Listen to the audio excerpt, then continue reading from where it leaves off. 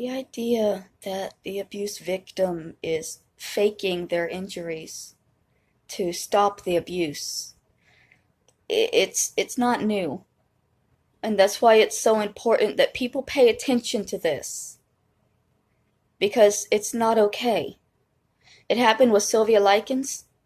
Gertrude Banikowski, she's constantly telling the other children, Sylvia's faking it. She's faking it. Even as that girl died, and the children were finally understanding that they had murdered her and trying to bring her back, Gertrude is screaming, stomping around, breaking things. She's faking it. She's faking it. Stop helping her. She's faking it. And then she died. There was a little girl named Candace Newmaker. She's about 10 years old. She had a bad upbringing for the first couple of years and had attachment disorder issues. Her adoptive mother hired a therapist who had a unique kind of treatment style.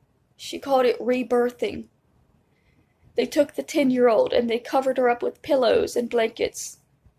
And then they leaned on her with all their body weight.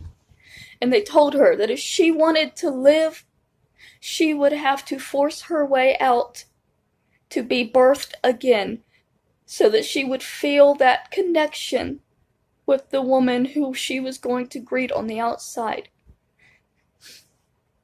And the little girl screamed and cried and begged them to get off of her and told them that she couldn't breathe. And her torturers mocked her and laughed at her. At one point she was asked how she felt in there, and she said, I feel like I'm going to die. And the woman said, no, you don't. You feel comforted and soothing and warm, just like when you were in your mother. And she said, I'm going to die in here.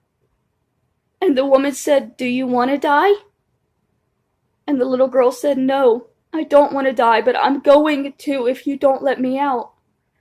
And the woman said, then go ahead and die. If you're that weak that you can't be birthed, because it takes a lot of strength to be birthed, and it takes a lot of courage to be birthed. And so if you're too weak, then you should just go ahead and die in there.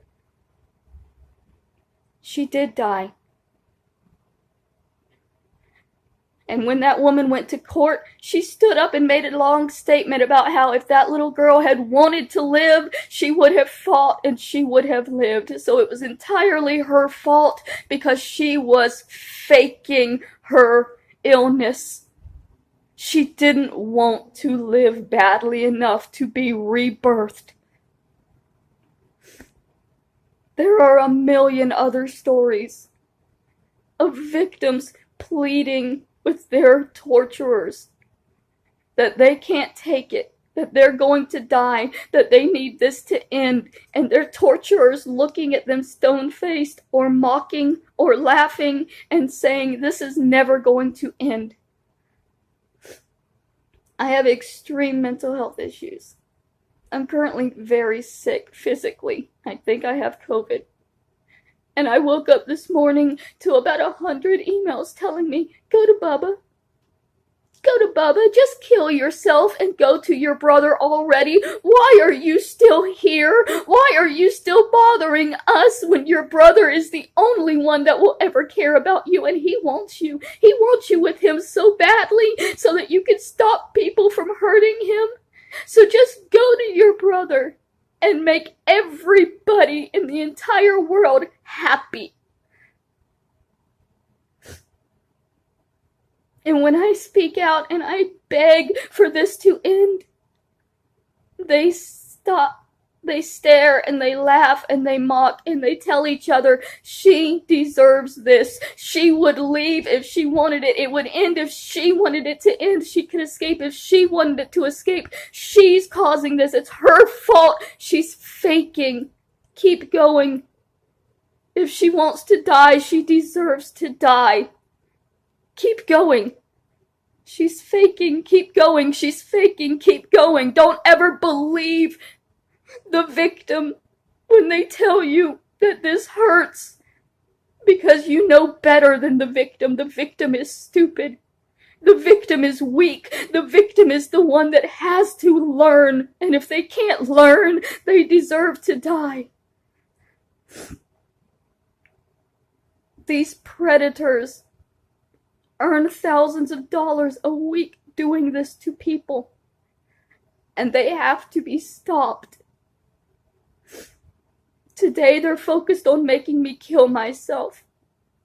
Tomorrow they could be focused on making somebody else kill somebody else. You don't know what they're capable of. They don't know what they're capable of. And nobody seems to care. Since nobody will help me in deplatforming them and literally saving lives. The emotional abuse that goes on and on and on, it kills people. And they just keep looking the other way and saying she's faking it. I'm not faking. I'm not faking my sickness in my body or my mind. That's why I wasn't allowed to take my medication anymore, because they believed I was faking my mental health conditions. So they called and they had my medication and my therapist and my doctors taken away because they believed I was faking. Internet strangers are in control of whether I'm allowed to be sick or not, and I need help.